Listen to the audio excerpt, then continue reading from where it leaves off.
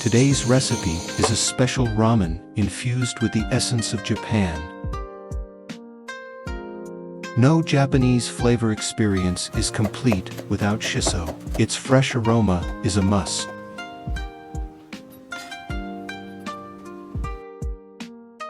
And by lightly torching a pickled plum, you'll add a delightful smokiness and a touch of texture.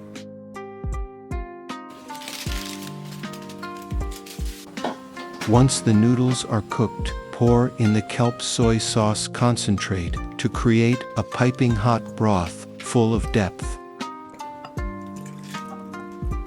Top it generously with shiso leaves and fluffy tororo kombu. Then, gently place the grilled plum on top. And just like that, you've got a bowl full of rich, nostalgic Japanese flavor. Give it a try, you're going to love it.